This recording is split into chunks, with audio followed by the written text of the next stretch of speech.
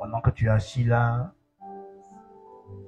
je veux que tu réalises que tu as été introduit par Jésus-Christ dans la gloire de Dieu. Depuis sa mort, sa résurrection jusqu'à son intronisation, il t'a réintroduit dans la gloire du Seigneur et c'est là que tu vis. Et tu dois le réaliser. Même si matériellement, tu ne vois pas ou tu as l'impression que il n'y a rien, tu dois comprendre que tu es déjà dans la gloire. La chose qui nous privait de la gloire de Dieu, de la glorieuse présence de Dieu, c'était le péché. Et la Bible dit que Jésus a ôté nos péchés par sa mort. Donc, puisque la chose qui t'empêchait d'être dans la gloire de Dieu a été enlevée, c'est que tu es dans la gloire de Dieu, tu as eu accès à la gloire de Dieu. Et quand tu étudies la loi de l'identification, tu te rends compte que Jésus et nous, la Bible dit que nous sommes morts avec lui, nous avons été ensevelis avec lui, on est revenu avec lui à la vie, et avec lui encore, on est assis à la droite du Père. Où Jésus est assis à la droite du Père, dans la gloire, dans la glorieuse présence de Dieu. C'est là-bas que tu es, selon la loi de l'identification. On dit que tu as été ressuscité ensemble avec Jésus et tu es assis ensemble avec Jésus dans les lieux célestes. Donc tu dois arrêter dans ton esprit de te voir comme quelqu'un qui n'est pas dans la gloire ou qui n'a pas la gloire. Tu as la gloire. Maintenant, si tu comprends que tu as la gloire, que tu es un fils de gloire, tu es une fille de gloire, et que tu comprends comment vit un fils de gloire, comment vit un fils de gloire, tu verras la gloire que tu possèdes déjà se manifester dans les différents domaines de ta vie. Vous voyez, Joseph, physiquement, à une époque, à une saison de sa vie, Joseph n'avait pas encore matériellement la gloire. Sur le plan matériel, sur le plan financier, Joseph n'avait pas le prestige, n'avait pas la gloire. Mais pourtant, Joseph possédait la gloire parce que l'entrée de Joseph dans la maison de Potiphar a transformé, a changé la vie et la maison de Potiphar. Même quand Joseph se retrouve en prison, là-bas encore, la présence de Joseph va transformer la prison, va changer les choses. Et la vie de Joseph va même repositionner les chansons dans les bonnes grâces de son roi, du pharaon. Mais quand le temps matériel, selon Dieu, est arrivé, on voit Joseph monter en ascendance au point où même ses anciens patrons, ses anciens chefs, ses anciens dirigeants se prosternent devant lui. C'est pas en ce moment que Joseph possédait la gloire. Il possédait déjà la gloire parce que Dieu était avec lui. Et Dieu faisait réussir et prospérer tout ce que Joseph entreprenait. Pendant ce temps, matériellement et financièrement, on voit avec nos yeux physiques que Joseph vivait une certaine précarité. Mais pourtant, il possédait la gloire. Donc tu vois, c'est pas parce que tu n'as pas certain matériel que tu ne possèdes pas la gloire. Tu possèdes le Seigneur de gloire. Jésus-Christ vit en toi. Et la Bible dit qu'il est le Seigneur de gloire. Et c'est de par ta communion, de par l'entretien de cette relation intime avec Dieu que tu verras que la gloire de Dieu que tu portes à l'intérieur sortira de toi et se manifestera à l'extérieur et touchera même des vies. Mais il faut réaliser que tu as la gloire de Dieu. Au lieu de chercher la gloire de Dieu que tu as, vous me cherchez comment te connecter à cette gloire et comment la manifester à l'extérieur, parce qu'elle est à l'intérieur. Tu as le Christ qui vit en toi. Dis Amen. Alors rends-moi un service et dis à ton voisin, j'honore le Christ qui vit en toi. Je reconnais que tu es un fils glorieux de Dieu. Je reconnais que tu portes la gloire de Dieu. Je reconnais que tu es une bénédiction pour moi et pour l'humanité. Amen. Que Dieu nous bénisse. Nous avons les salutations de mon Père spirituel.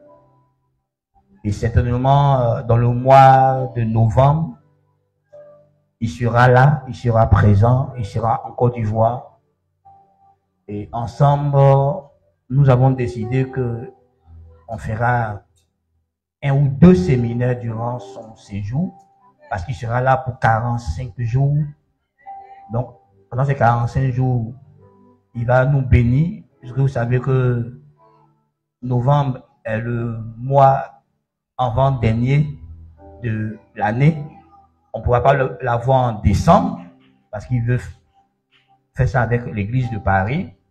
Mais il sera là. Donc, nous allons profiter dans ce mois de novembre, voilà, pour recevoir notre bénédiction de la fin d'année 2023 avec notre source, notre Père spirituel, notre repère. Donc, j'invite l'église à se préparer. Vous aurez bientôt des instructions. Et ça tombe bien, ça tombe à la période de son mois de naissance. Et je suis prier Dieu pour qu'il ne vienne pas après son anniversaire, mais qu'il vienne pendant la période de l'anniversaire, afin qu'on profite de cette période pour recevoir les bénédictions de notre Père. Si tu es d'accord avec moi, acclame Jésus de Nazareth.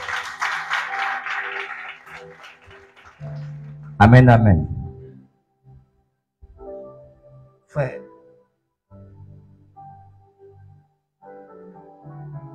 j'ai un but que je poursuis ce mois-ci, parce que je crois vraiment que la prière peut nous faire vivre des possibilités. Et comme nous sommes dans l'année de toutes possibilités, je veux te motiver, je veux t'encourager à prier, à te relever dans la prière, à prier non seulement pour toi-même, à prier pour la nation ivoirienne, à prier pour ton église locale, à prier pour le corps du Christ.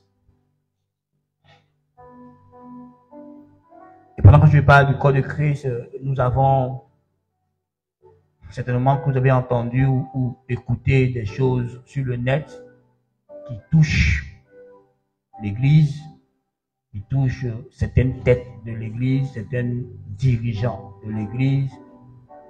Et parmi ces dirigeants que ça touche, ce ne sont pas des dirigeants les moindres, ce sont vraiment de grosses têtes qui ont été citées dans des choses en griffe. Je ne peux pas dire avec exactitude si ces choses sont vraies ou si elles sont fausses, mais tout ce que je sais, c'est que c'est sorti sur le net, c'est partout sur le net, et c'est pas des choses agréables à entendre sur l'église et surtout sur les têtes de l'église, les pères. Il y a eu des pères de l'église qui ont été cités. Donc l'église doit prier, que ce soit vrai ou faux, nous devons prier. Si c'est vrai, c'est pas agréable, c'est pas une bonne chose, ça ne doit pas être cité parmi l'église. Si c'est faux, vous voyez que le diable a ciblé des têtes importantes de l'église pour salir l'église, pour endurcir encore davantage le cœur des gens. Que ce soit vrai ou faux, ça aura un impact négatif sur l'église et même sur les gens qui ne sont pas encore en Christ. Ça va encore venir endurcir leur cœur. Vous voyez, c'est un bon moment pour prier vraiment pour l'église, pour prier pour les pères de l'église, pour prier pour les pasteurs, les apôtres, les prophètes, les docteurs, les évangélistes. Prier pour leur réputation, prier pour leur famille, prier pour qu'ils ne défaillent point, qu'ils soient forts et que l'église soit forte. Parce que dans l'esprit, la Côte d'Ivoire est dans un tournage, est dans un virage très important. Donc Satan peut vouloir distraire l'église. Et moi, je suis contre les prières partisanes. Les prières qui ne cherchent pas l'intérêt supérieur de la nation, l'intérêt de la Côte d'Ivoire, mais les prières qui cherchent l'intérêt des individus. Moi, je ne supporte pas ça. Parce que les individus passent, mais la nation reste. Donc, je veux que l'Église discerne et que l'Église prenne position dans la prière pour qu'on prie correctement pour notre nation, qu'on prie correctement pour nos maisons Je suis pas pour, je fais pas partie de ceux qui souhaitent la guerre en Côte d'Ivoire. Je fais partie de ceux qui prient pour que la guerre n'ait pas eu lieu et que la Côte d'Ivoire soit délivrée sans forcément qu'on passe par des drames. Vous savez, comme je l'avais dit aux gens, une balle ne connaît pas tu es bêté, ne connaît pas tu es sénufo, ne connaît pas tu es de l'ouest, du nord, tu es du centre. Une balle ne connaît pas tu es un enfant, tu es une femme, tu es enceinte, tu n'es pas enceinte. Une guerre ne connaît pas si tu es du PDCI, si tu es du FPI, si tu es du PPAC, si tu es du RHDP. La guerre, une balle, tout obstacle, tout objet qu'elle trouve, elle la pénètre. Donc si tu es un homme, même si tu es droit, même si tu n'es pas du peuple, tu n'es pas apolitique, tu es un membre de parti politique, quand la balle viendra, elle va t'atteindre. Donc on ne peut pas souhaiter la guerre, on ne peut pas désirer la guerre. La guerre a trop d'atrocités pour qu'on puisse la désirer. Regardez les nations qui sont en guerre. Regardez le Liban. Jusqu'à aujourd'hui, le Liban en guerre. Le Liban ne se construit pas. Regardez la Syrie. Regardez l'Ukraine qui est en train de reculer dans leur avancée, dans leur développement à cause de la guerre. Et vous voyez bien les effets, l'impact de la guerre de la Russie contre l'Ukraine dans l'humanité, dans les autres nations. La guerre n'est pas quelque chose de souhaitable, de désirable. Et nous savons que si nous nous mettons en genoux, la prière du juste a une grande efficacité. Tu es juste, je suis juste. Dieu n'a pas besoin d'une multitude de personnes. Dieu a besoin des gens sérieux, des gens justes, qui pourront juste élever la voix. Et la Bible dit que si une seule personne se met à la brèche, Dieu ne détruira pas la nation. Donc si on n'est plus d'une personne, vous voyez l'efficacité de la prière. Alors je t'en prie, je t'encourage à prier. Et surtout, je te demande de t'abstenir. De t'abstenir à faire des commentaires, des discours sur ce qui est en train de se passer en ce moment précis. Les païens sont libres de dire ce qu'ils veulent dire. Moi, je t'encourage de garder le silence et de prier. Garde-toi de prononcer quoi que ce soit sur ses pères. La Bible dit de ne pas déplacer les bornes. Et ces pères qui ont été cités sont des bornes. Je t'en prie. Tu ne sais pas ce qu'ils disent dans leur intimité avec Dieu. Et même s'ils l'ont fait, peut-être ils ont fini de se repentir. On parle d'une histoire de 2020, on est en 2023. Donc je te prie de t'abstenir de dire quoi que ce soit. Tu sais,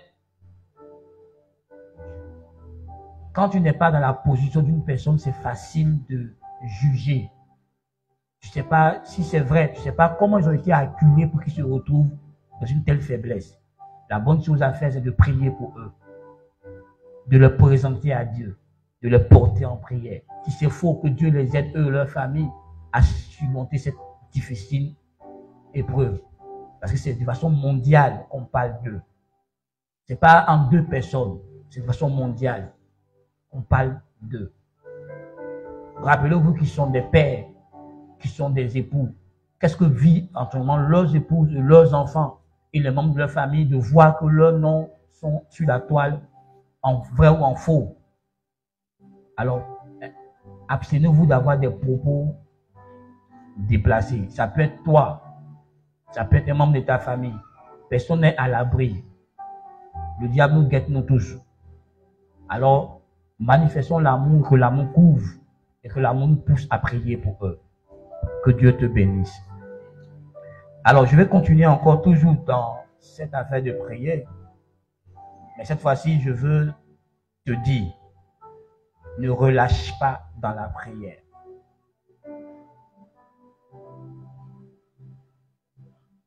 Ne relâche pas dans la prière. Quoi que tu vives, quoi qu'il arrive, quoi qu'il se passe dans ta vie, ne relâche pas dans la prière.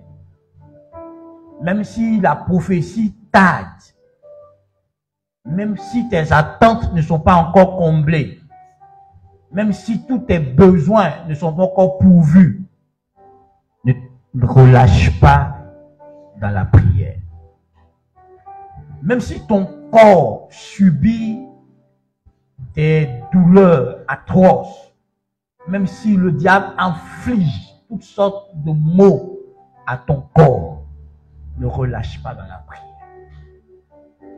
Même si le diable essaie de t'accabler, de t'oppresser avec toutes sortes de pensées négatives, avec toutes sortes de soucis, toutes sortes de difficultés, ne relâche pas dans la prière.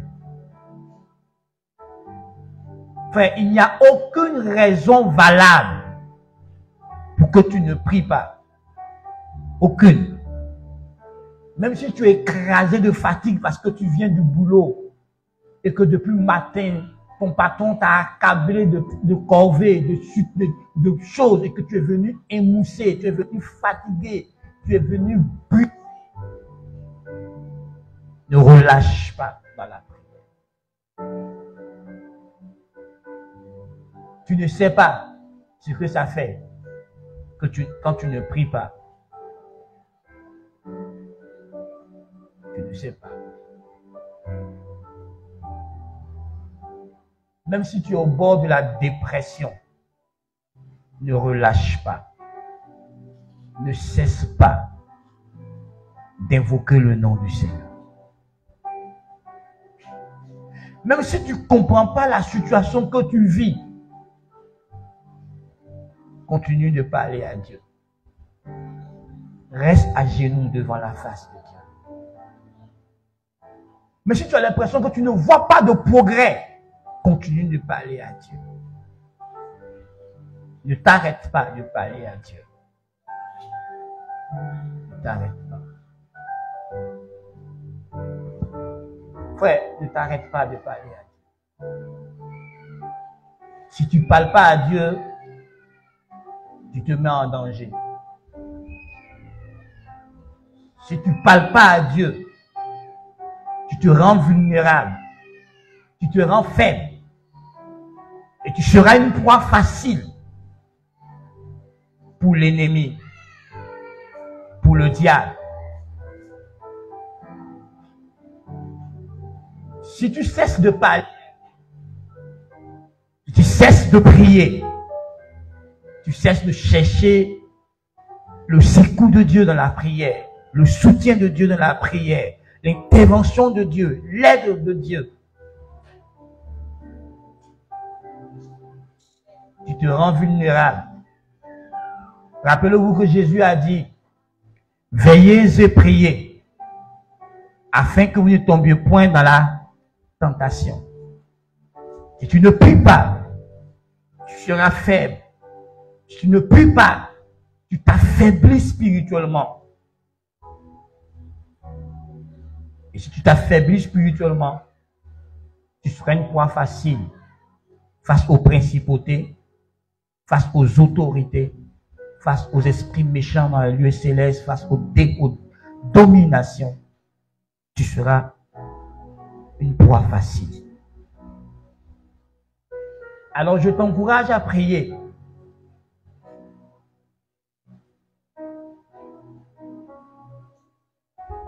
Jésus lui-même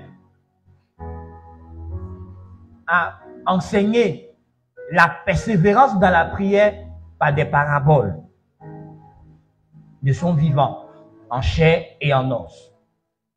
Parce qu'il est toujours vivant, mais il n'est plus en chair et en os. Si ce n'était pas important, il n'allait pas le faire. L'une des paraboles, il a enseigné suite après avoir enseigné à ses disciples à prier. Parce qu'ils lui ont demandé de leur enseigner à prier comme Jean l'avait appris à ses disciples.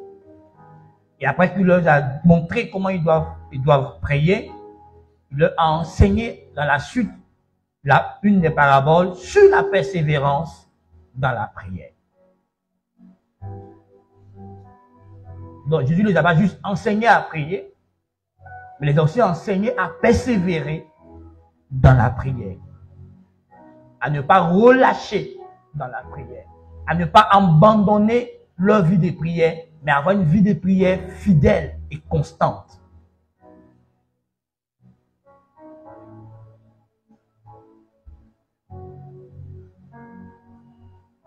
L'apôtre Paul, sous inspiration du Saint-Esprit, écrit à l'église d'Éphèse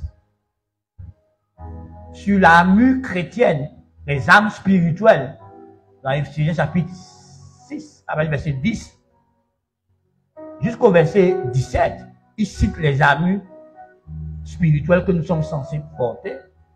Et au verset 18, il enseignera quelque chose dans le même style que Jésus a enseigné. Il dit, Éphésiens chapitre 6, verset 18, que je lis maintenant. C'est notre premier test de base. Faites en tout temps, par l'Esprit, toutes sortes de prières et de supplications.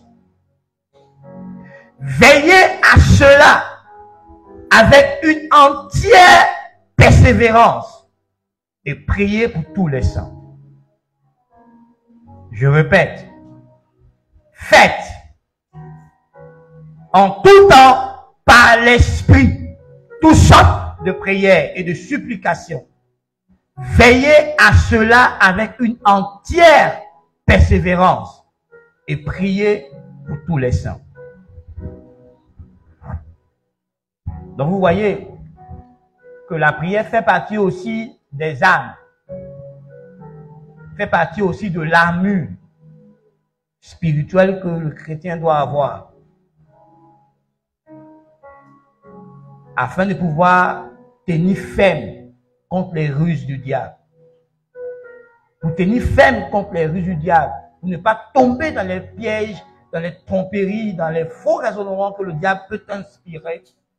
On dit dans ton armure, il faut qu'il ait la prière. Et on dit faites.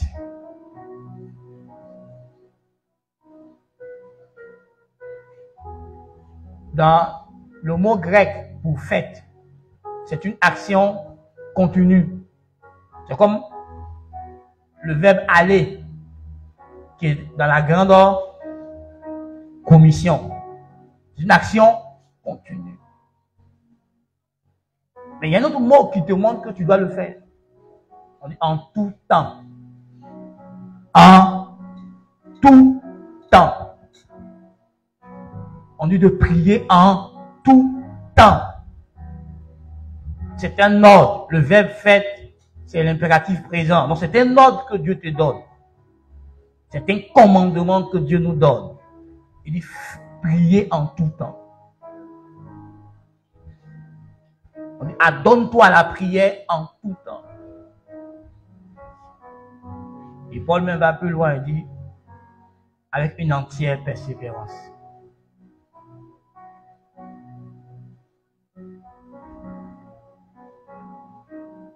Faites en tout temps, en toute saison, en tout moment. Lorsque vous serez inspiré par le Saint-Esprit, lorsque vous serez poussé par le Saint-Esprit, parce qu'on dit faites par l'Esprit. Donc il s'agit de prier par l'Esprit, de prier sous la direction de l'Esprit, de prier sous le leadership de l'Esprit, sous la conduite de l'Esprit. À chaque fois que l'Esprit de Dieu nous inspire, nous pousse à le faire.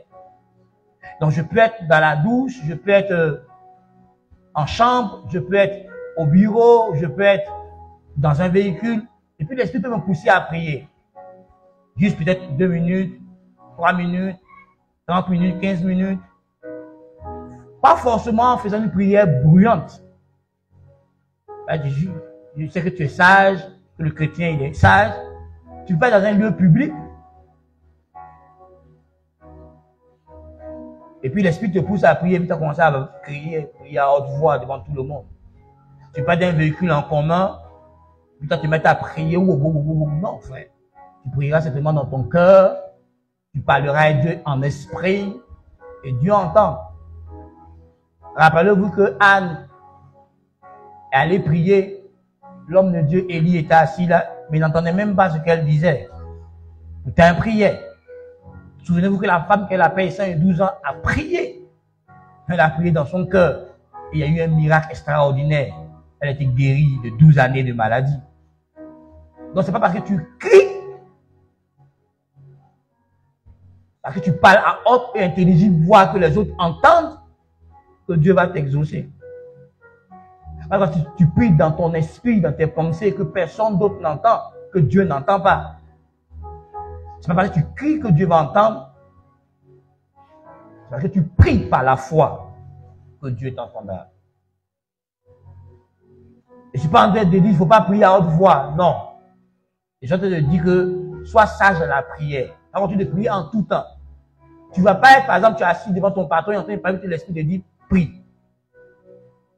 Prie pour le conduire dans ce que tu veux. Tu n'as pas dit, au nom de Jésus, patron, fais ce que je t'ai dit là. Tu n'as pas dit ça. Dans ton cœur, tu parleras, puis le pousse à ce que toi, tu es en train de lui donner comme proposition. Donc, on prie, frère, à tout moment par l'esprit. Et la Bible dit de faire toutes sortes de prières et toutes sortes de supplications. Donc, tout ce que l'esprit t'inspire à dire, dis-le. Demande-le à Dieu. Adresse-toi à Dieu. Il m'arrive de dire, de chercher quelque chose, je dis, Saint-Esprit, aide-moi à trouver ce que je cherche. Je suis en train de prier. Ça m'a pris combien de secondes? Pas plus de 10 secondes. Ça me prend même pas 1 minute. Saint-Esprit, donne-moi la force. Je dois lui dire cette chose, mais je n'ai pas la force de lui dire. Donne-moi la force de le dire. Saint-Esprit, donne-moi la force de le lui dire avec sagesse. Aide-moi à toucher son cœur. J'ai fini de prier. Donc, il y a des temps où on fait de longues prières parce qu'on a aménagé le temps, on a du temps. Mais il y a des moments où on ne fait pas de longues prières. Jésus a dit, Père, je te rends grâce. Lazare, sort. C'est toute la prière de Jésus qui a produit la résurrection de Lazare. Ce n'est pas une longue prière, c'est juste une petite prière de foi.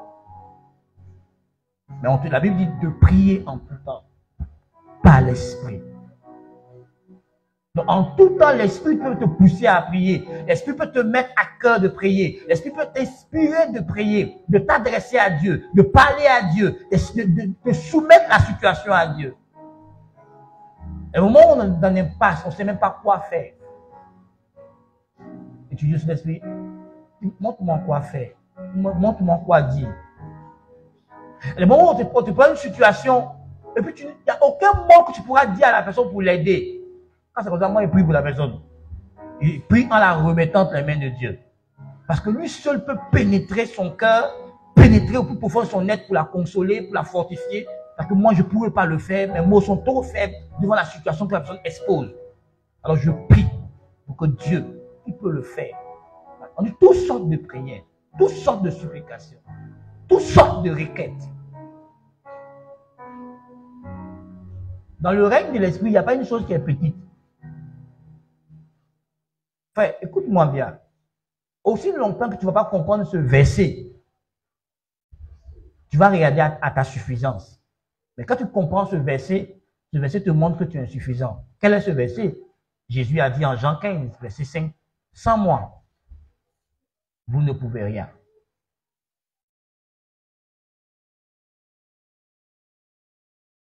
Sans moi, vous ne pouvez rien.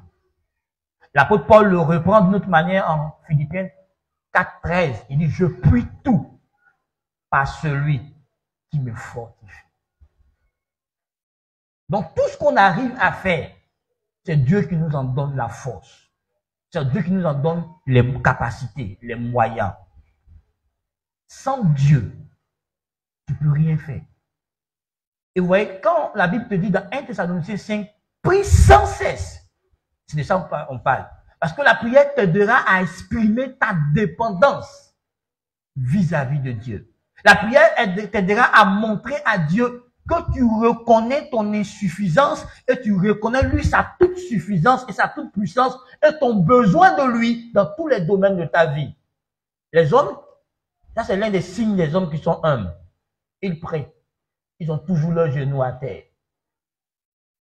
J'enseignerai bientôt, si Dieu le permet, sur la fausse humilité et la vraie humilité. Parce que l'humilité est l'une des sources principales de la véritable élévation qui vient de Dieu. Donc, si tu ne sais pas être vraiment humble, avoir la vraie humilité, tu ne peux pas prier. Ceux qui se mettent en genoux pour prier, ce sont des gens humbles. Parce qu'ils reconnaissent que sans Dieu, ils ne peuvent rien. Ce sont les gens qui sont dit à Dieu, malgré que tu m'as donné l'intelligence, la sagesse, mais je compte toujours sur toi, malgré mon intelligence et ma sagesse. Donc ils sont tout le temps à genoux. Et ils prient. Ils expriment leur dépendance à Dieu. Ils montrent à Dieu que sans lui, ils ne peuvent rien faire. Ils reconnaissent que c'est lui qui est leur créateur. C'est lui qui détient tout pouvoir sur leur vie. C'est lui qui est l'architecte de leur vie, qui a conçu le plan de leur vie.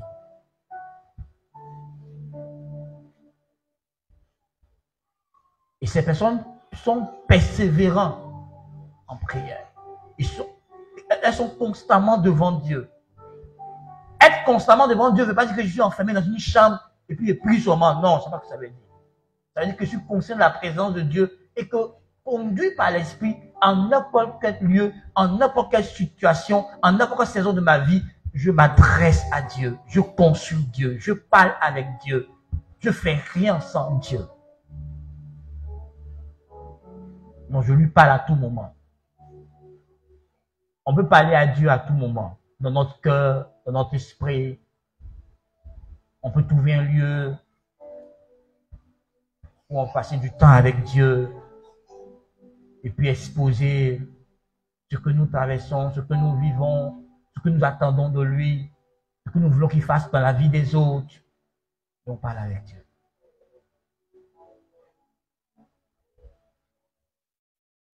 Il y a des choses qui sont tellement vitales, dont aucun être humain ne peut pas s'en passer. Si tu veux t'en passer, tu vas payer un lourd prix. Ça va te coûter cher.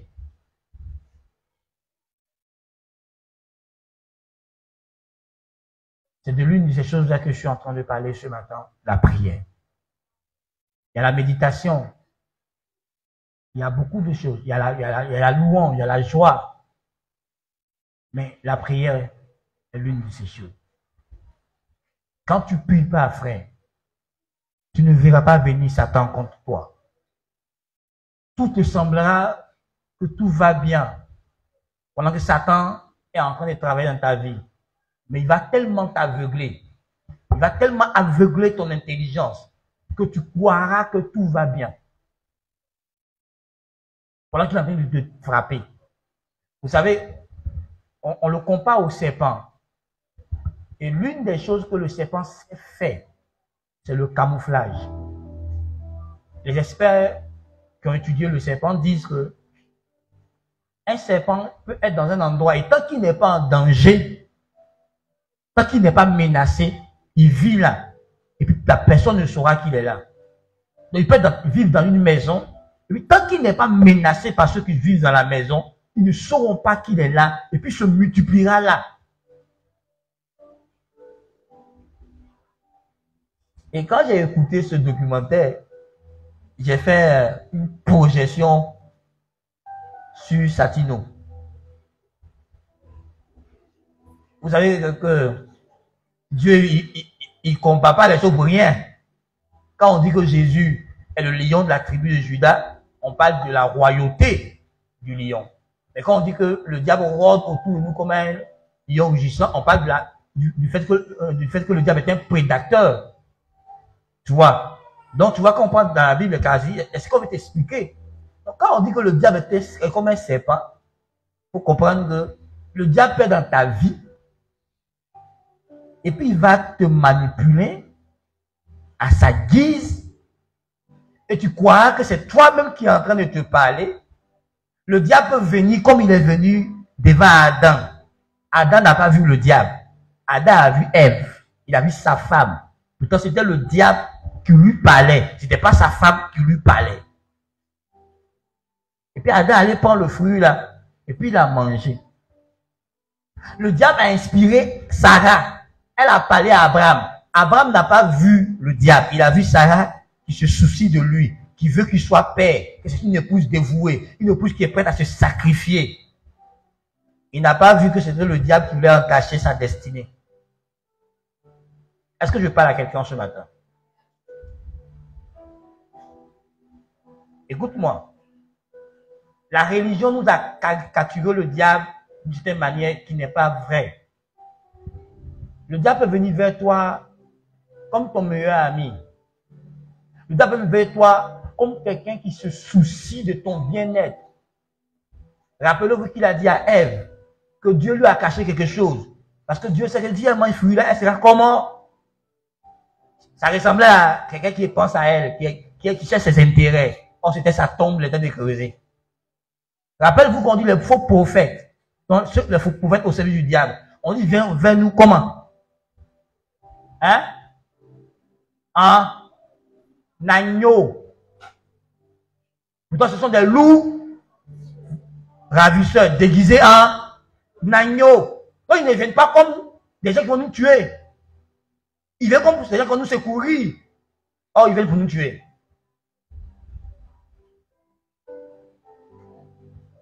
On a vu ça en Côte d'Ivoire. La licorne est venue comme vous nous aider à faire la paix. Alors que c'était pour préparer nos rebelles à nous attaquer. Frère, le diable ne viendra pas toi, contre toi. Quand il a su dans le fusil, c'est sa secrétaire. Donc, tu vois, c'est normal que la secrétaire passe de l'autre côté du bureau de son patron. Alors, c'est pas normal. C'est normal. Mais elle vient habiller comment? C'est normal que la secrétaire passe du temps avec son patron. C'est normal que la secrétaire dise à son patron, non, pour telle cérémonie, pour telle tenue ne va pas. Ça fait partie de son travail secrétaire.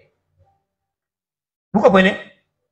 Mais ça ne va pas de son travail secrétaire de s'habiller en sexy, 24 heures sur 24, devant son patron. Mais quand l'ennemi l'inspire, elle vient en sexy tous les jours. Elle a des actions, des paroles de séduction qu'elle envoie à son patron. S'il ne discerne pas, et que moi, il dit toujours aux gens, ta secrétaire n'est pas ta confidente. Pour que ce que tu vis au foyer, tu as venu expliquer à ta secrétaire. C'est toi-même qui as créé ta tombe. En patron, il va que je ne pas content. C'est pas ma femme m'énerver. Ta patron, mais ta femme même ne voit pas que tu es un bel homme. Elle vient de s'aimer. Une subtilité comme ça. Et quand tu n'as pas Dieu, tu ne peux pas discerner ça venir. Quand elle a mis ça, tu vas te dire, oh, tu as parlé. Mais quand elle part, après ton subconscient qui a absorbé cette parole, ramène sa tête dans ta tête. Et puis tu te vois toi seul en train de comparer ta femme et ta secrétaire. Et c'est tout un processus. Et puis, le diable la pousse à s'aimer encore. C'est elle qui s'occupe bien de toi. C'est elle qui a remarqué que tu es bien habillé. C'est elle qui a remarqué que tu es trop intelligent. Ta femme a dit que tu es bête. Et puis, quand tu vas à la maison, la secrétaire dit, oh, mais patron, mais tu as des belles idées, tu es très intelligent. Ta femme, elle a jamais trouvé un mot pour t'encourager. Tu vas commencer à la comparer dans ta tête. Le diable, il travaille. Or, quand tu pries, parce que tu es dans la lumière, en présence du Père de toute lumière, il fait remonter les choses cachées dans ton esprit, dans ton subconscient, dans ta conscience. Parce que la prière te met toujours en présence de la véritable lumière qui est Dieu. Donc, il est impossible que tu sois en présence de Dieu sans que les choses cachées que Dieu n'approuve pas, il ne va pas les faire remonter pour que tu puisses commencer à corriger. Quand le diable veut te tuer, il t'éloigne de la présence de Dieu.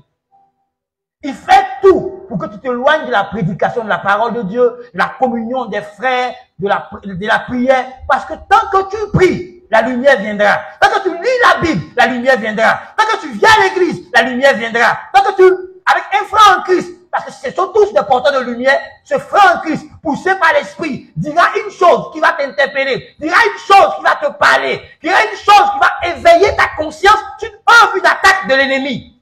Donc, quand il veut te frapper, il t'isole. On passe trop de temps à l'église.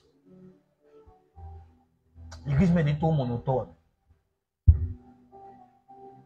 vas dire que l'église est un endroit où on fait de nouvelles choses. L'église, c'est un endroit où on adore Dieu. Où on apprend à connaître Dieu. Où on apprend à vivre vers Dieu. Ce n'est pas un club d'amis pour dire on va faire de nouvelles choses. Ah, le pasteur, il vient, il prêche, puis c'est financé à la maison. Mais il faut qu'on change, il faut qu'on fasse quelque chose de quoi? D'attrayant. Qui a dit que l'église veut être attrayant? L'église est là pour changer ton cœur. Pour te rendre semblable à Jésus. L'église est là pour te montrer à quel niveau tu es dans ta ressemblance à Jésus. Donc il faut qu'on te donne des paroles qui te pousseront à examiner ta marche avec Dieu, pour parfaire ta marche avec Dieu. Tu n'es pas là pour être festive. Ce n'est pas un endroit où on fait fête. Donc, pas parce que quelquefois on fête un peu, ça dit qu'on va fêter tous les jours. Est-ce qu'il n'est pas quelqu'un? Ah oui, frère. Je veux poser cette question. Je n'ai pas interrogé quelqu'un. J'interroge, mais c'est toi seul. Toi, entre toi et Dieu, quoi, tu vas vivre la honte à toi seul. Pendant que tu es assis là, dis-moi, est-ce que tu sais pourquoi Jésus a fondé l'église?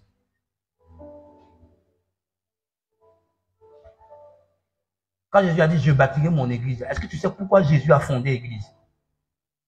Est-ce que tu connais les objectifs de Jésus quand il a décidé de fonder une église? De bâtir une église? Parce qu'aujourd'hui, on a dénaturé l'église. On a transformé l'église en ce qu'elle n'est pas.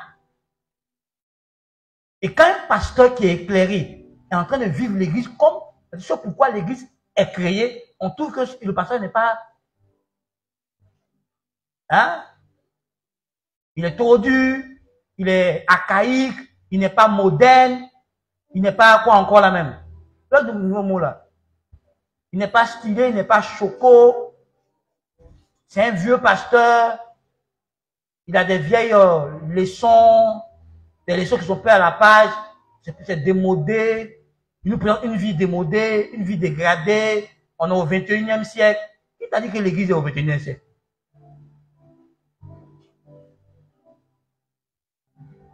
Ou bien. L'église n'est pas là pour copier le monde. L'église est là pour que le monde se rende compte que sa vie est mauvaise, qu'elle doit changer. Donc l'église est là pour appeler le monde à la repentance, à la transformation. L'église est là pour montrer au monde que voici la norme des fils de Dieu. Voici comment Dieu veut que l'homme vive. Donc chaque chrétien a pour mandat, partout où il est, de montrer aux autres qui ne vivent pas Dieu, voici comment Dieu veut qu'on vive. Parce que tu es fils de Dieu, partout où tu es. Tu es la lumière de ce monde. Quand Jésus est venu là, à son époque, est-ce que vous avez vu Jésus se conformer à son époque? Est-ce que vous avez vu Jésus vivre selon la réalité de son époque? Jésus a vécu selon la réalité du ciel sur la terre. Et l'église est là pour montrer la réalité du ciel sur la terre aux hommes. On n'est pas là pour nous conformer au monde. Paul dit à Bible, on dit ne vous conformez pas au siècle présent. Donc nous, on ne se conforme pas au siècle présent. On ne se conforme pas au siècle dans lequel nous vivons. Donc si tu ne sais pas pourquoi l'église cherche. C'est lui qui a créé l'église. On dit il fait toutes choses dans un but précis. Donc pourquoi il a créé l'église? Il a son but. Et nous, on a dénaturé l'église. On a fait dévier l'église du but de Dieu. L'église est devenue un endroit où les gens, ils viennent que pour que leurs besoins à eux soient satisfaits. Est-ce que vous savez que c'est secondaire pour Dieu? Et quand Dieu vient dans ta vie, son but premier n'est pas de satisfaire tes besoins. Son but premier est de faire en sorte que tu deviennes semblable à son Fils unique qu'il a sacrifié à la croix. Lisez bien votre Bible. En livre de Romains chapitre 8. Verset 28. Du reste, Dieu fait concourir toutes choses au bien de ceux qui l'aiment, qui sont appelés selon son dessein. Et puis on te dit,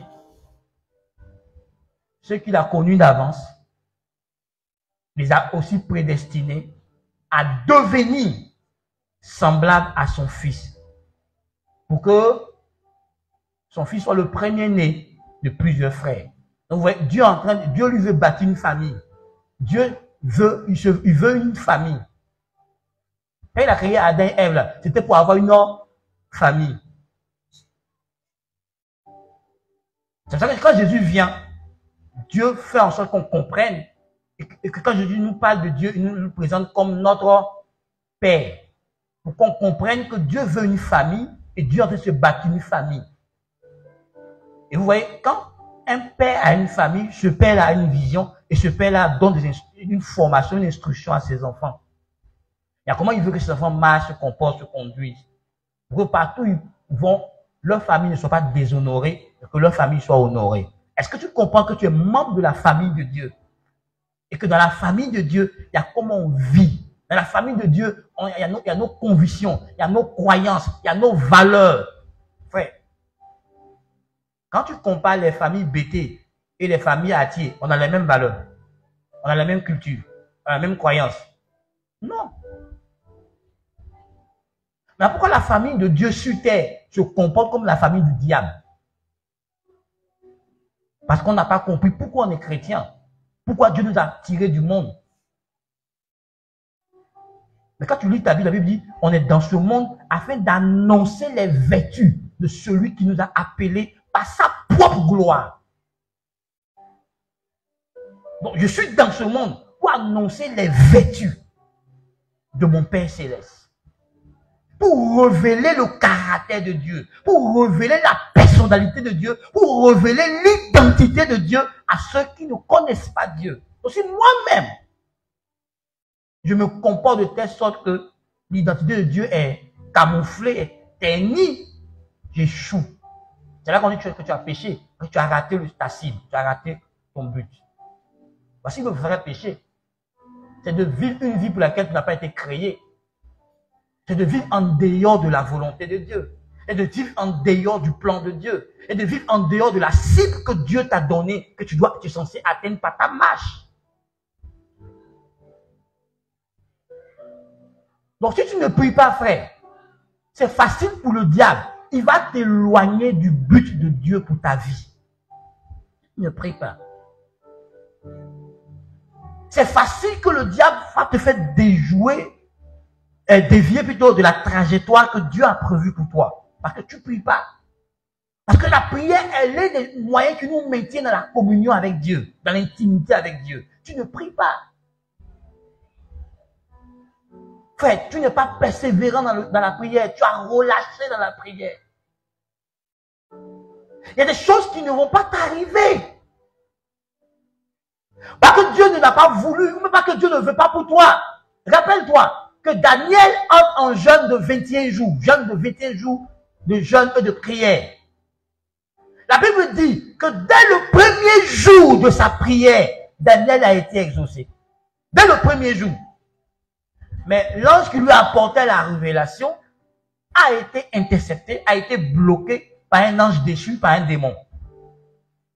Donc il a fallu que Daniel persévère pendant 20 jours pour que Dieu dise, mais pourquoi lui continue de prier? Il est déjà exaucé, non? Et puis il envoie un ange pour lui dire, va voir. Va voir pourquoi Daniel continue de prier pour le même sujet qu'on a déjà réglé. Et qu'on a déjà envoyé un envoyé vers lui pour lui sa commission. Et quand l'ange gardien vient, il trouve l'autre ange bloqué. Donc Michael vient, il trouve l'autre ange bloqué, puis il le libère. Et puis l'ange peut maintenant venir jusqu'à donner à Daniel la révélation de Dieu. Donc si tu ne pries pas et que tu n'es pas persévérant ou persévérante en prière, il y a des miracles que tu as déjà reçus en esprit, mais leur transfert ne se feront pas du monde invisible au monde visible parce que quelqu'un s'oppose. Parce qu'un sorcier qui lui prie, qui fait ses incantations, ses imprécations, s'oppose à ton élévation, s'oppose à ton bien-être, s'oppose à la paix de ton foyer, s'oppose au succès, à la réussite de tes enfants, s'oppose à quelque chose. Et toi, tu es négligent dans la prière, toi, tu es découragé, tu as abandonné, tu as relâché. Mais parfois, Dieu t'a déjà exaucé. Et puis l'ennemi s'oppose. Il s'oppose. Dieu a donné un ordre pour toi à quelqu'un de t'apporter une bénédiction financière. Et puis l'ennemi crée des problèmes à la vie de la personne pour l'éloigner de t'aider. Dieu a déjà dit à ton être destiné de t'envoyer de l'aide d'une manière ou d'une autre. Et la personne ne vient pas. L'ennemi sait que sa seule présence va te réconforter. Alors l'ennemi l'accable de choses. Il est en train de faire ce qu'il a à faire. Quand tu vis ton problème, il n'a pas le temps. Il a envie de venir, mais il ne peut pas venir t'assister. Parce que l'ennemi lui envoie des problèmes, des situations. Il est tellement occupé. Parce que l'ennemi sait que sa seule présence va faire que tu ne vas pas abandonner la foi. Tu ne vas pas relâcher dans la foi. Donc si tu ne pries pas, Dieu n'enverra pas de l'aide à ton aide pour qu'il te vienne en aide. Tu n'enverras pas de l'aide à l'instrument qu'il veut instrumentaliser pour ton bien-être, pour ton soutien, parce qu'il est bloqué. Et dans le combat dans lequel il n'a pas la force lui-même d'avancer. Donc si toi tu continues de prier, Dieu enverra quelqu'un pour l'aider à se dégager lui avant qu'il puisse venir à ton secours. Donc ne prie pas, frère. Si tu ne pries pas, frère, tu ne mettras pas fin à tes frustrations. Tu seras frustré.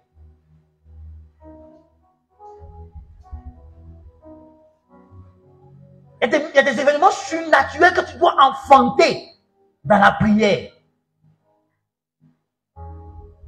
Oui, Élie prie pour que la pluie revienne. C'est lui qui a prié et puis la pluie a été stoppée pendant 3 ans et demi. Maintenant, il prie pour que la pluie revienne. Mais lis ta Bible.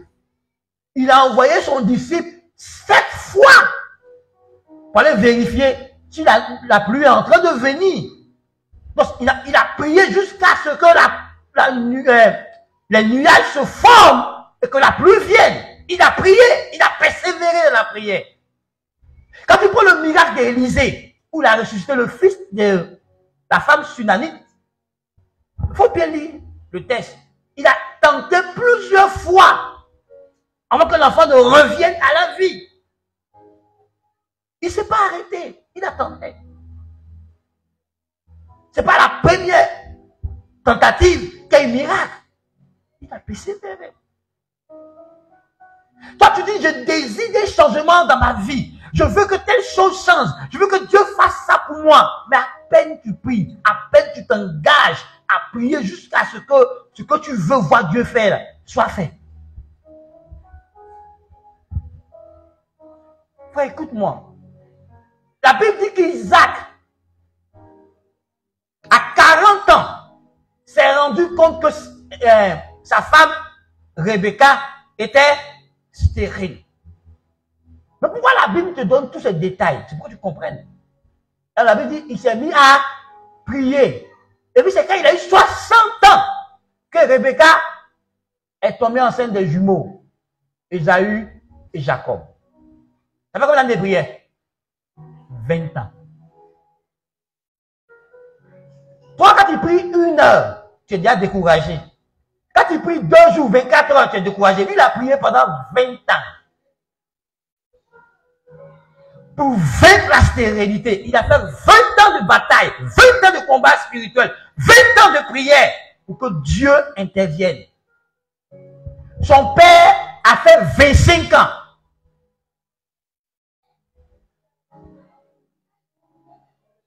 Pour que Isaac vienne. Donc Isaac il a été enfanté par la prière pendant 25 ans. Lui aussi, il a fait des enfants pendant 20 ans. Toi, tu as prié un peu net. Ah, parce que moi, je ne vois rien. Parce que moi, je ne vois rien. Parce que moi, je ne vois rien.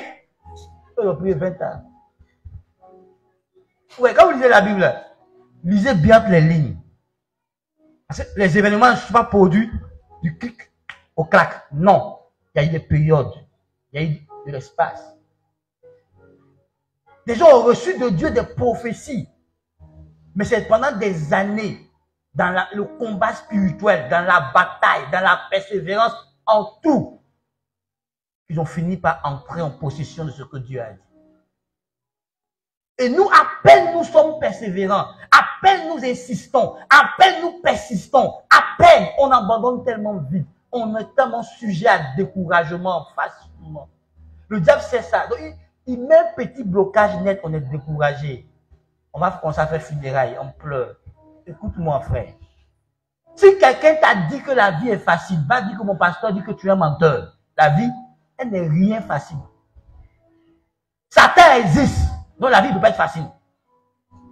Satan, il existe. Ouais, écoute-moi. Le péché existe. Ses dérives existent. Donc la vie ne peut pas être facile. Pour ta propre beauté, tu seras convoité par plusieurs personnes. Ça te créer problème. Joli, là, ça rend problème. Tu es joli, là, ça donne problème. Oui, frère. Moi, je me souviens, on évangélisait. Et puis la fille a dit, joli garçon comme ça. Il évangélise, ce produit qui se gâte comme ça. Elle n'écoutait pas, elle dit non. C'est quoi, elle regardait? C'est autre chose. Donc tu as vu, ça crée problème. Joseph a eu problème à cause de ça. On dit, la femme, son patron a dit, mais cet esclave-là, il est esclave, mais il est blond. Il a sa taille. Il est beau, il a ses yeux bleus. C'est un bon père.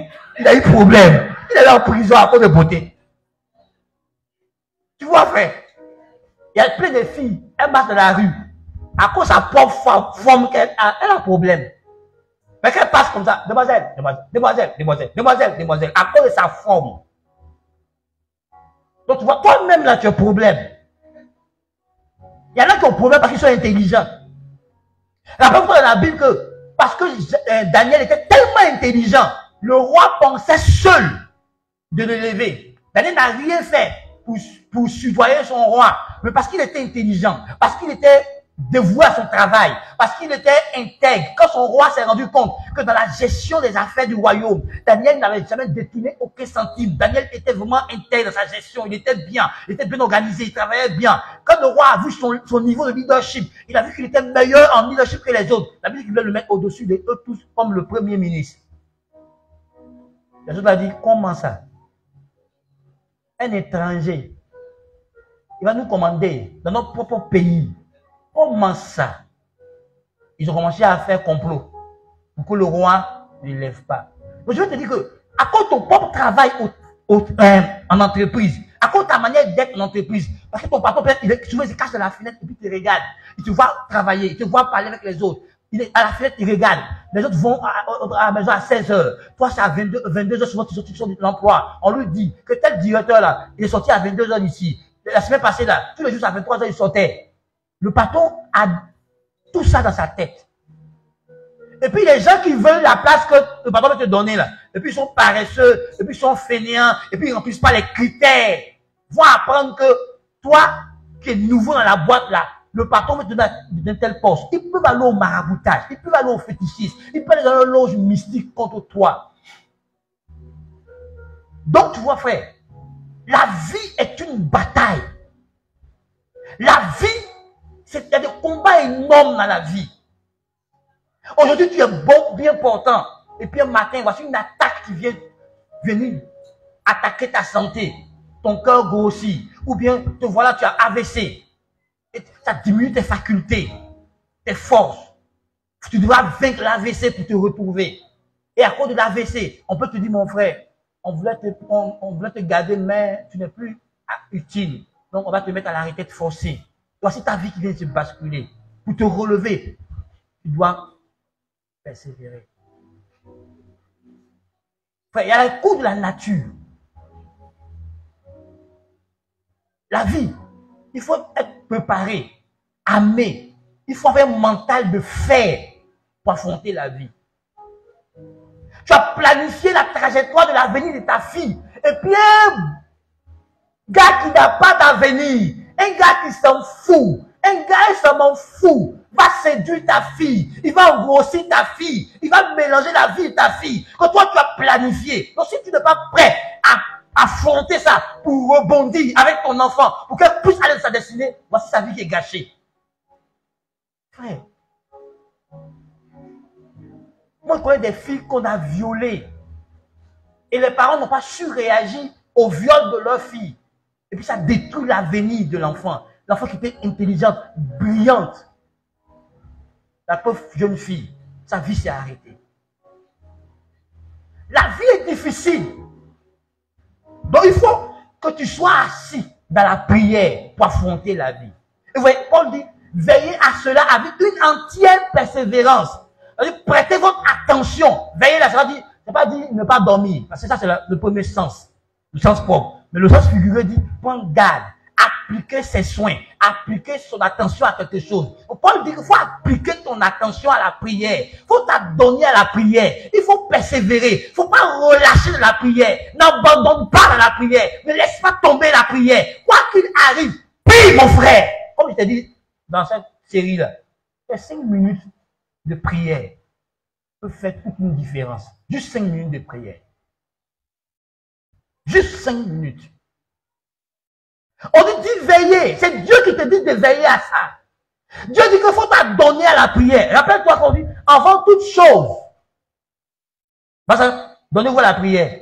En 1 Timothée, chapitre 2, verset 1er. Avant toute chose. On dit qu'il faut faire de la prière une priorité. Que parmi tes priorités, la prière doit être dedans. Mais nous, on ne prie pas. Frère, on ne prie pas. Mais on veut de grandes choses. Mais on ne prie pas. On veut de grands changements dans nos vies. Mais on ne prie pas. Frère, le diable existe. Et il y a des hommes et des femmes au service du diable qui sont sans cœur. Qui sont prêts à te lancer des sorts. Dans ta propre famille. Dans ta propre famille. Il y a des gens qui sont jaloux de ta réussite. Ils sont jaloux de ce que tu as. Ils sont jaloux de ce que tu es. Dans ta propre famille. Dans les enfants même de ton père et ta mère, il y en a qui veulent te tuer. Rappelle-toi que Jacob voulait forcément la place d'Ésaü. Pourquoi il n'est pas né premier? Il a combattu Ésaü pour ça. Depuis le ventre là-bas, il a combattu Ésaü. Mais quand il est sorti, il voulait sortir avant lui, il a tapé le talon de Ésaü. Il n'a pas réussi à le mettre derrière pour lui passer devant. Et dans la vie que sont venus, il a combattu Ésaü jusqu'à ce qu'il prenne le droit d'aînesse. Frère, imagine-toi que quand tes frères sont venus au monde, papa et maman n'avaient plus d'argent. Et puis ils rappellent la nostalgie. Quand ils avaient l'argent, quand toi tu es venu au monde, ils te mettaient à l'aise. Et puis eux, quand ils sont venus au monde, ils sont venus dans la souffrance. Ils vont tailler pour ça. Pourtant, c'est pas toi qui te connais ça. Hein? C'est l'ironie du sort. Mais eux peuvent t'en vouloir pour ça. Que toi, tu as eu tous les avantages, tous les bons traitements, et puis eux sont venus de souffrir. Ils peuvent t'en vouloir pour ça. J'ai vu des frères, moi je suis thérapeute familial, je règle des problèmes familiaux. J'ai vu des frères. Ils disent pourquoi leur frère a réussi. Et puis ils ont demandé, est-ce que vos parents vous n'ont pas mis tous à l'école? Ils disent oui. Est-ce que votre papa vous a est-ce que votre frère vous a empêché d'étudier? Ils disent non. Ils ont cassé déjà fait des études. Qu'il a réussi, puis il ne veut pas les aider. Il a réussi, puis il ne veut pas s'occuper d'eux. Il a réussi. Attendez. On nous a tous mis à l'école. Quand lui, tu étudiais, toi, tu faisais quoi? Tu partais boire. Tu jouais tes études, qui étaient ton avenir. Mais il a réussi. Laissez-le, il va vous aider. Vous savez pas ce qu'il va te préparer. Mais ça, il y a des gens qui se donner pour ça. Dans des familles. Frère, la vie est dure. Si tu penses que la vie n'est pas dure, tu mens. Écoute-moi. Si tu connais le travail, tu sais de quoi je parle. La vie est dure. Pour acquérir de la connaissance, c'est difficile. Ce sont des heures. La nuit, tu es assis, tu réfléchis, tu étudies, tu retournes l'idée là dans tous ses sens pour être sûr que c'est une bonne idée. Ensuite, tu vas la mettre en pratique. Même pour créer une entreprise, elle commence par une idée. Mais pour que l'idée devienne une entreprise, il y a problème. Pour que l'entreprise évolue, il y a problème, il y a difficulté, il y a du boulot. Donc, vous voyez, on ne croise pas les bras pour réussir. On ne devient pas le meilleur écrivain, le meilleur politicien, le meilleur banquier, le meilleur financier, le meilleur, quoi encore, délégué, le meilleur commercial, agent commercial, ou le meilleur policier, sans études, sans formation, sans travail, sans effort. Et sur ta route, ceux que vous voyez qu'ils ont réussi là, ils n'ont pas réussi, puis tout le monde est arrêté pour dire, allez réussir. Ils ont traversé des obstacles, ils ont traversé des défis, ils ont rencontré de l'opposition, mais ils ont persévéré donc dans la prière et dans d'autres domaines pour arriver là où ils sont arrivés. Toi, tu ne pries pas. Dans un monde méchant comme ça, là, toi, tu ne pries pas. D'un monde où on est là, tu ne pries pas. Écoute-moi. Moi, j'ai vu des gens,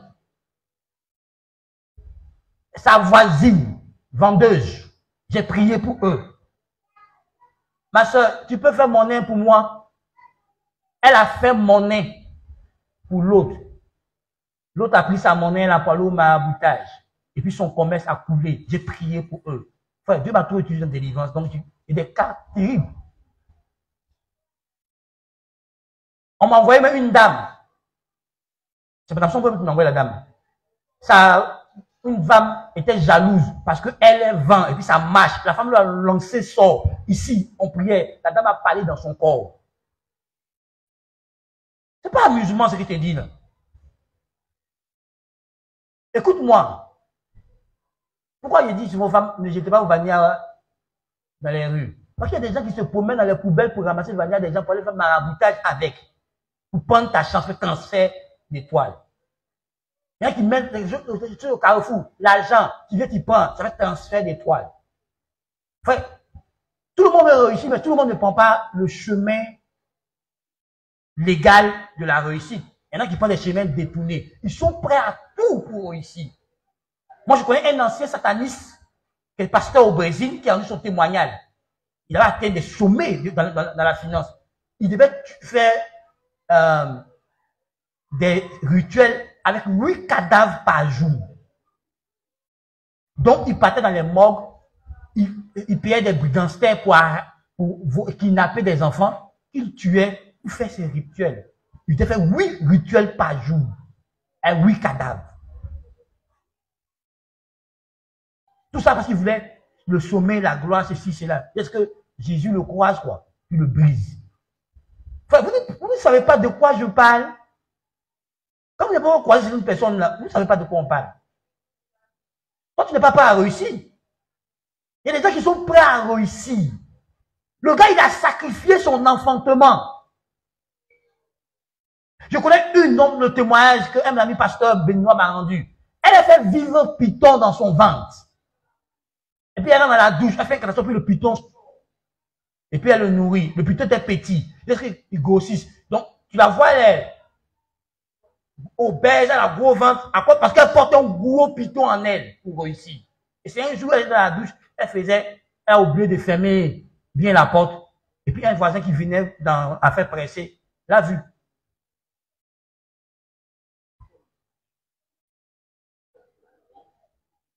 Il y a des gens qui ont plein là, soit et ça finit pas. Il y a asticot dans plein, parce que c'est là-bas que son guerre sort. Son marouf. C'est là-bas ça sort. Donc il a toujours porté ce chapeau. C'est pas le chapeau là. S'il a un nez, c'est rien là-bas. Oh, miawa. Ah! Mais il supporte ça. Parce qu'il veut le pouvoir. Il connaît un, il prend des filles, il est enceinte, il va avorter.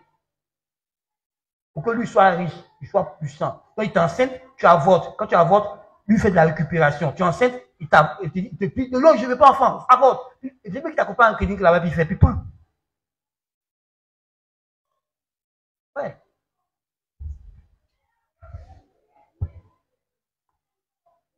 Des gens se masturbent au milieu de la rue. En pleine journée, des cadres. Tu vois le gars, il finit se masturber, il prend une voiture, parce qu'il monte au bâti là. Tu es choqué. Mais parce que c'est ce que son marabout lui a dit. Tu connais des gens qui couchaient des folles. Tout le monde le voit coucher la folle. Tu ris, lui s'en fout. Parce qu'il est prêt à tout pour l'argent. Il est prêt à tout pour le pouvoir. Il est prêt à tout pour nous renommer. Donc, un gars comme ça, si tu tombes sur son chemin, te détruit là. C'est comme bonjour pour lui. Il n'a aucun remords. Il va te détruire et puis c'est fini. Écoute mon frère. La vie là, est une vie de guerre. On est en guerre, c'est bataille. Il y a des forces mystiques qui sont envoyées en mission contre toi. Des forces démoniaques, des forces de l'enfer, que des gens, par des incantations, des imprécations, réussissent à relâcher. Et si toi, tu ne pries pas, tu vas te couler. Ça va faire ici chrétien. Un chrétien n'est pas titre qui nous protège. Frère, tu es dans un monde où tu travailles et Et tu te rends compte que là-bas, c'est un monde où les gens sont prêts à monter, ils vont ils sont dans les loges mystiques. Et tu connais les pactes, les alliances qu'eux ils font. Et toi, tu joues avec ta vie spirituelle. Tu ne pries pas. Frère, on va m'expliquer chez nous, un de mes petits-fils à Dabou, son frère est décédé. Pourquoi? Il allait faire médicament de vol. On lui a demandé de coucher un canard à une certaine heure. Et puis il n'a pas pu respecter. Et puis il a appelé le gars, il dit, ah, il n'a pas pu faire. Non, il faut coucher un cochon. Il a couché un cochon. Quand il a fini de coucher un cochon, quelques jours après, c'est sorti bizarre. Son ventre s'est ballonné, il est mort. C'est canard qui devait faire ça. Donc, quand on lui dit que un cochon, c'est pas parce qu'on doit le réparer, ben on fait le sanctionner. Il est mort, on a enterré un jeune homme. Et son grand frère n'a même pas 25 ans. Donc lui, si son grand frère n'a pas 25 ans, peut-être lui, il est où? Il est en bas là-bas. Il est mort. Parce qu'il veut devenir riche. Il va avoir pouvoir pour que s'il vole, on ne l'attrape pas pour devenir riche. Ça l'amène à la tombe. Vous voyez? Bon, ouais, il est prêt à aller prendre pouvoir pour aller voler, pour faire du mal aux gens. Le gars a mis son art, il compte son art, il prend ça. Pour toi. En un moment où la Bible dit l'égoïsme va monter. C'est écrit dans la Bible. Les gens aujourd'hui sont tellement égoïstes. Je connais des filles, des femmes à Foursquare qui sont venues nous voir à l'église parce que la dame, son mari sort avec une Sénégalaise. La Sénégalaise l'a amenée au Sénégal. Donc la dame est en train de mourir. Ils sont allés dans les hôpitaux. Elle est malade, on ne trouve pas la maladie. À l'église, on prie. L'esprit humain se manifeste. Ça lui donne la vie sauve. Mais tu vois, c'est son foyer. Et comme son mari ne reste pas tranquille, il est tombé sur une femme qu'on ne touche pas. Elle veut tuer la pauvre femme qui n'a rien fait. Parce qu'elle veut son foyer. Et je peux te citer des histoires monstres comme ça. Des Maliennes, des Guinéennes, même ici en Côte d'Ivoire. Il y a une de mes filles, son mari était gendarme, on l'a affecté à Boisseau. La petite fille Annie a parlé à la BIA. Quand la fille de parler à la BIA comme ça, mon fils l'a dit que lui ne veut plus voir sa femme, il ne veut plus la sentir. Et non, c'est plus la femme de sa vie. Enfin, il a déposé demande de mariage à leur direction. Donc, ils ont commencé à faire l'enquête de moralité. Tout. Mais il ne veut plus la voir. Il a dit, papa, c'est pas dire que c'est prière, il va prier. On prie, et puis Dieu nous montre. Son mari, il est dans la bouteille. Et puis on voit l'image décrite. Il dit, oui, papa, c'est la fille. Elle est comme ça. Il est dans la bouteille, puis elle fait ses incantations. Puis lui, plus qu'elle fait là, plus il devient petit dans la bouteille. Donc il ne peut pas dire non devant elle. Et on prie pour que la bouteille se casse. On voit en vision que la bouteille est cassée. Quand la bouteille s'est cassée, le même soir, il appelle sa femme. Il dit, ma fait mariage, mais c'est resté où ma femme? Elle dit, aïe, comment tu m'appelles et tu ne dis pas de mariage? Il dit, oui, mais en fait, c'est marié, depuis que c'est marié. Elle dit, je ne sais pas où. Vous demandez à tes patrons, il va au commandement. On lui dit, mais il y a longtemps, on a signé, ça fait plus de 2 ans, on a signé ton papier pour que tu te maries. Tu ne viens pas pour nous donner ta date. Donc, nous, on ne comprenait pas. Il dit, patron, il a oublié. Il a dit à son patron, est-ce qu'on peut me ramener à Abidjan? Le patron lui est aidé. On fait nous ramener à Abidjan. Il est diacre à l'église Foursquare de Nyangon, Nord, avec sa femme. Il ne faut pas s'amuser. Je connais aussi Amman, un instituteur. On lui a donné Bangouin. Quand il a vu de Bangouin, il a oublié sa femme. C'est sérieux, hein? Un ami pasteur, il m'a rendu le témoin, il dit, ils sont allés évangéliser à Amman, et puis ils sont allés manger dans un restaurant. Pendant qu'ils sont assis, les serveuses là, chacune est en train de choisir. Chacun a choisi son gars. Et elles sont venues leur dire, hein, ils disent, non, on est pasteur, ils disent, quel pasteur? Vous, quand pas pasteur, nous, on les sert, nous, on est prêts pour vous servir. Et nous, on n'a pas des gens, des pasteurs comme ça, c'est pas possible. Parce qu'elles savent qu'elles ont fait leur médicament. Il y a une fois, j'étais dans le taxi, puis 2 filles parlaient. Elle dit à tout le monde, moi, si tu rentres, tu colles. Que j'ai travaillé avec un chien, hein, derrière des chiennes. Que mon marabout a fait ça derrière les chiennes, puis j'ai fait mon truc, j'ai mis dedans. Si tu couches avec moi, tu peux pas me quitter. Tu rentres, tu colles. Quand le chien rentre, il fait quoi? Il colle, non? Donc, toi, tu ne restes pas tranquille. Tu vas aller vendre ta vie cadeau. Voilà, tu vas aller sortir là-bas, tu ne peux plus t'en passer. Tu es collé là-bas, tu oublies ta femme, tu oublies l'avenir de tes enfants. Quand tu quittes à la banque, ton salaire est là-bas. Nous sommes dans un monde méchant. Si tu ne veux pas prier, il ne faut pas prier, mon frère. Des gens sont prêts à pactiser avec le diable, à composer avec des démons, rien que pour obtenir ce qu'ils veulent. Et j'ai découvert qu'au Libéria, au Nigeria, nous sommes arrivés ici maintenant. Même les prostituées aujourd'hui font prostituer un médicament. Attends, vous partez sur le net là. Quand vous partez sur le net, vous faites quoi là-bas? Il y a trop d'informations là-bas. Vous faites quoi là-bas? C'est là-bas. On dit les prostituées au Nigeria, au Cameroun même. Elles sont dans une forêt, elles se sont lavées, préparées pour avoir plus de clients, pour faire plus de chiffre d'affaires. Tu vas chez elles, c'est fini. Tous les jours, tu vas aller chez la prostituée là. C'est là-bas. Là-bas. Parce qu'il y a un esprit qui te prend et puis qui t'éternise là-bas. Tu n'as pas Jésus, il ne peut pas t'en sortir. Frère, les gens sont prêts à tout. Juste pour avoir un titre, juste pour avoir un nom. Donc, quelqu'un peut te cibler comme ça. Parce qu'il a vu ton étoile, il a vu ta destinée, et puis il veut ça. Et puis il peut t'envoyer des esprits pour qu'il réussisse à faire son transfert sur lui. Il est prêt à te faire du mal. Donc, si tu ne pries pas, il y a problème. Je me souviens à force un griffe, un pasteur 10 ans, qui était centrafricain, mais qui n'était pas pasteur, c'était un candidat dans l'église. Il m'avait commencé à m'amener une belle chemise, un beau pantalon tissu. En ce temps aussi, il avait besoin d'habits. C'était dans la saison des galères. Donc, je regarde la chemise, je veux porter. Et puis, je me suis dit, non. Prie dessus. Je me mets à l'école. Donc, je dis à maman, est-ce que tu peux prier pour la chemise? Et le pantalon, on m'a donné à l'église. Maman prie. Et puis, Dieu lui dit, Dieu lui n'est pas porté. Voici. Donc, on prend un habit là, on brûle ça. Mais le gars, chaque jour qu'il me voit à l'église, d'abord, l'habit là, ça ne te plaît pas? D'abord, on veut ça. Il dit, si, il a porté ça, mais c'est là. Parce qu'il voit que sa cible n'est pas atteinte. Frère, même à l'église, c'est pas tout le monde qui a donné son cœur à Jésus. Même, pas tout le monde qui a donné son cœur à. Donc si tu ne pries pas, même à l'église, on peut te bagarrer.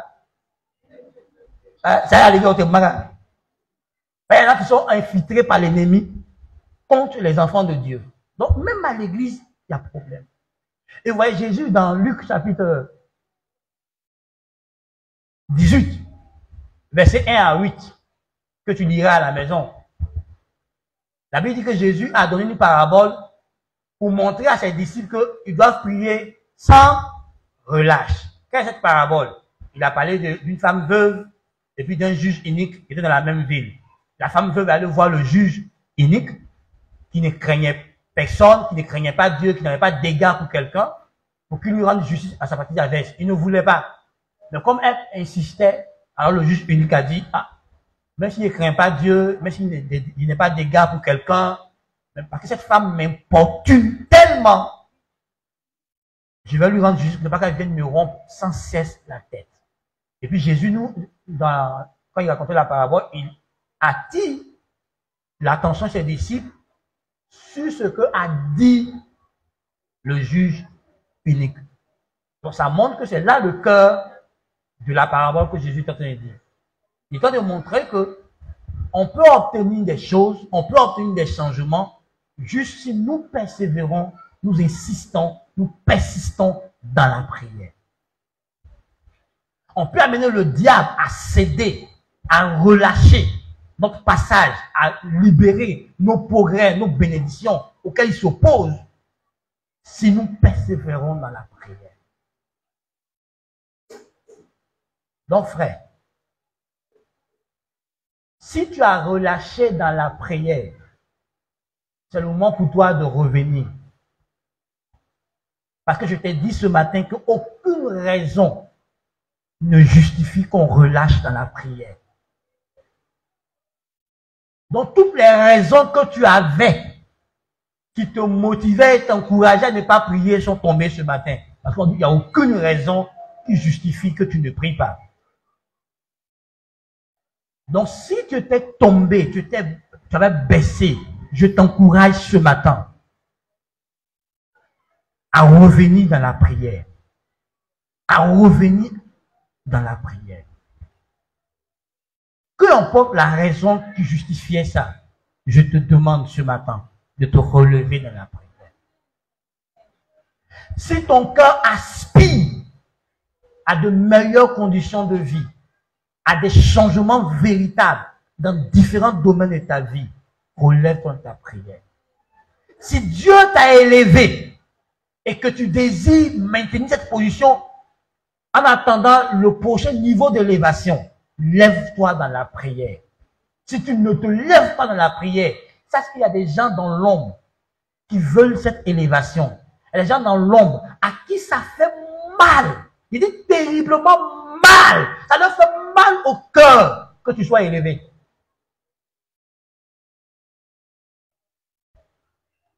Ça leur fait mal au cœur que tu t'en sors. Parce qu'il y a des gens qui veulent te voir dans la misère, dans la souffrance, dans le manquement. C'est là qu'eux, ils sont dans la joie. Moi, on les appelle embêter les bougnons. Les sorciers, là. Quand tu es heureux, ça leur fait mal. Quand ta femme et toi, vous riez ensemble, ça leur fait mal. Quand vous êtes en train d'avancer, ça leur fait mal. Je dis que ça leur fait mal. Le fait même qu'il te voit et puis tu es avancé là, ça peut le tuer. Ça lui fait mal. Mais riez toi, hein, mais ça lui fait mal.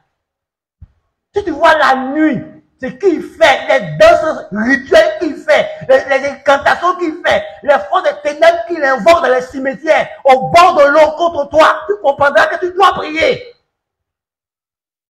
Si tu veux maintenir la paix de ton foyer, tu veux maintenir l'entente entre toi et ton mari, l'entente entre toi et ta femme, tu veux maintenir tes enfants sur le chemin du succès, ils sont en train de partir, ou sont en train de faire un parcours de 0 faute à l'école.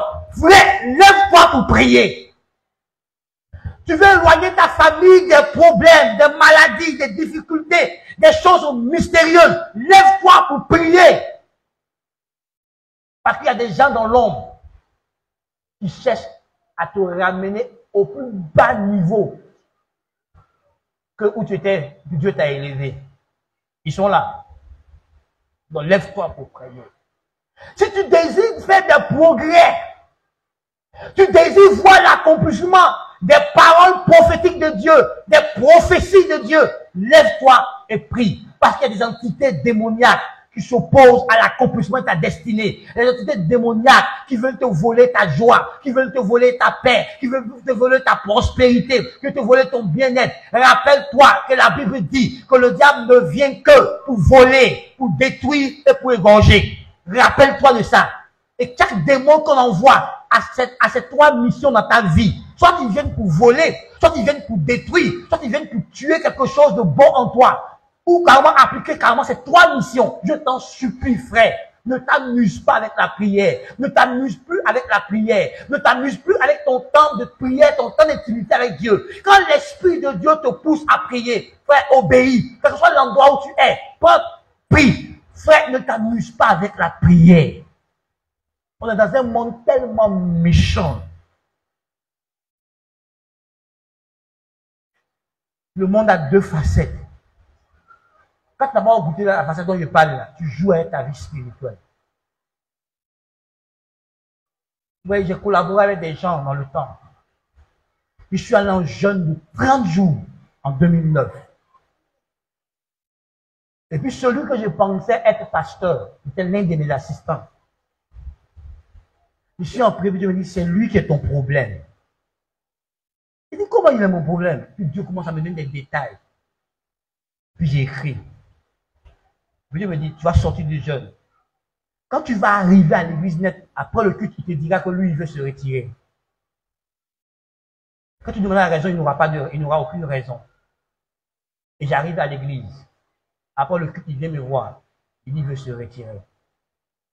Je dis, pourquoi? Moi, il vient d'arriver, je suis pas opérationnel, je ne suis pas diriger l'église, en le temps que moi, je récupère ma fatigue. Un mois de jeûne, c'est pas 2 jours. Attends. Sinon, c'est urgent. Bon, j'accepte, parce que Dieu m'a dit d'accepter. Il part, une semaine après, il revient, il est enflé. Et pendant quand il revient, maintenant, le culte, il me dit, tu sais, je suis ton lot. Il dit, pardon. Il dit, je suis ton lot. Tu es mon lot. Ok, explique-toi. Il dit, tu sais, si tu n'as pas encore voyagé, c'est à cause de moi. Si l'église n'apporte un, c'est à cause de moi. Si les gens quittent l'église, c'est à cause de moi. Il dit, à cause de toi, comment? Tu fais quoi? Attends, Dieu va t'abaler, hein. Mais il faut qu'il parle. Après, la fin n'est pas lui, il dit, tu sais, la Bible dit que Abraham et Lot se sont séparés. Tu vas à gauche, je vais à droite. Tu vas à droite, il va à gauche. Aujourd'hui même, on exécute ça. Tu te libères. Donc, frère, quand il est même dans l'église, il est dans l'église. J'ai vu des collaborateurs aller trouver mes fidèles et puis faire barrage, couper la dîme sur la route pour que la dîme n'arrive pas à l'église. Et puis les fidèles là sont venus me dire, papa, il y a donné la dîme à temps, est-ce que c'est arrivé? Je n'ai jamais vu. Oh. C'est l'église. Si tu ne pries pas,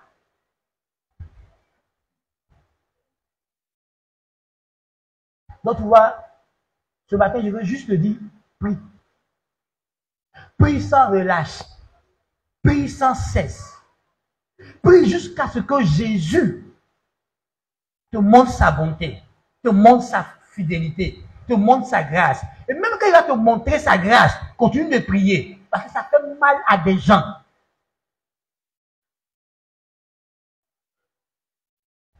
Que tu sois en paix. Il y a des gens, ils ne sont heureux que quand toi tu es troublé. Ils sont heureux que quand toi tu es humilié. Ils sont heureux que quand toi tu es méprisé. Ils sont heureux que quand tu subis des échecs. Ils sont heureux que quand tu n'arrives pas à atteindre tes objectifs, à atteindre tes résultats. Il y a des gens comme ça autour de toi, dans ta famille, parce qu'ils pratiquent la sorcellerie, parce qu'ils sont au service de l'ennemi, ils sont au service du diable. C'est ton malheur qui leur donne de la joie. C'est ton malheur que leur succès. Écoute-moi, leur objectif, c'est ton malheur. Leur objectif, c'est tes peines. Leur objectif, c'est tes douleurs. Leur objectif, c'est tes échecs. Eux, ils réussissent. Quand toi, tu as échoué, là, eux, ils ont réussi. C'est ce que le diable leur donne comme objectif. Leur objectif est d'empêcher d'enfanter. Leur objectif est de que ton mari te batte, que ton mari te chasse, que ta femme et toi, il n'y a pas entente. Et que quand il n'y a pas entente, eux, ils ont atteint leur objectif. Quand il y a entente, ils n'ont pas atteint leur objectif, alors ça leur fait mal. Il y a des gens comme ça qui te combattent. Donc, sans Dieu, comment tu as fait pour t'en sortir? Quelqu'un qui s'assoit de 6 heures à minuit et puis il soupire sur ta tête, de minuit à minuit plutôt. Son seul soupir, c'est comment il va faire pour te descendre, pour t'empêcher de progresser, pour t'empêcher d'être en bonne santé, pour t'empêcher d'avoir beaucoup d'argent. Son seul souci, il est assis. Il cherche comment t'humilier, comment te ridiculiser, comment te rabaisser, comment créer la division autour de toi, comment empêcher les gens de t'aider, comment empêcher les gens de te soutenir. C'est sa mission, c'est son seul souci, c'est sa préoccupation. 24 heures sur 24, il est aux aguets, il cherche des informations dans ta vie pour la seule raison de te nuire. C'est ce qui s'est donné comme objectif dans la vie. Te nuire, te détruire. Que tu veux ou non, tu as des gens comme ça dans ta vie. Il y a des entités démoniaques, des êtres spirituels, mais il y a aussi des êtres humains qui sont associés à ce genre d'êtres spirituels et qui veulent te nuire, qui veulent ta perte, qui veulent ta destruction et qui sont prêts à tout pour le faire.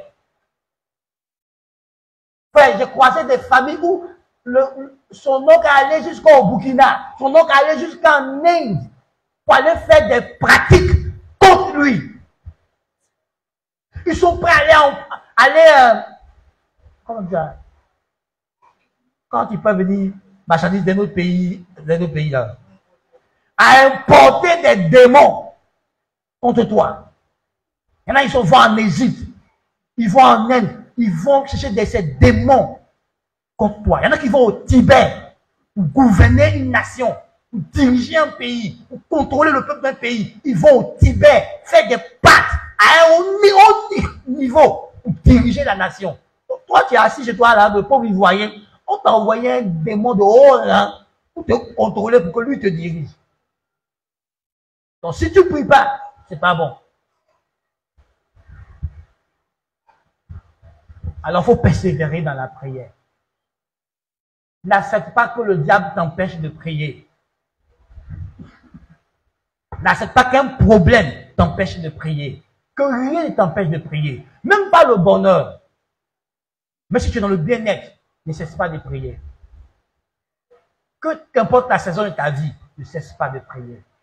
Demeure en contact avec Dieu. Reste en contact avec Dieu. Reste uni à Dieu. Reste toujours dans la présence de Dieu. Pour que tu ne tombes pas dans les pièges du diable. Pour que tu continues ta progression, continues tes victoires, tu continues ton ascension vers la plénitude de la gloire que Dieu a prévue pour toi. Que Dieu nous bénisse. Prions. Prie, bien-aimé, prie. Si tu t'es refroidi dans la prière, demande à Dieu de te relever dans ta vie de prière. Si ta vie de prière avait faibli, demande à Dieu de t'aider à te relever dans la prière.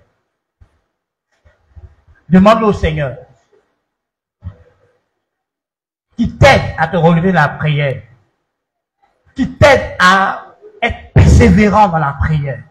Demande de l'aide au Saint-Esprit. Le Saint-Esprit, aide-moi à être persévérant dans la prière. Aide-moi à ne pas relâcher dans la prière. Aide-moi à prier, Seigneur. Car je suis dans un monde tellement méchant. Aide-moi à demeurer en contact avec toi par le biais de la prière. Seigneur, aide-moi à prier. Seigneur, donne-moi de ne pas relâcher dans la prière.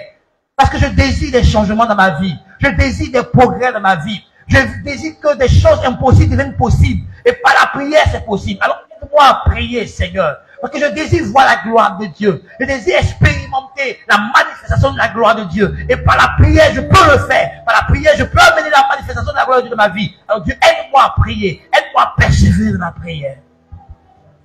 Aide-moi à ne pas relâcher dans la prière. Par la prière, je suis fort, Seigneur. Ne pas prier me rend vulnérable. Alors Dieu, je veux prier afin que je reçoive la force de pouvoir résister à l'ennemi.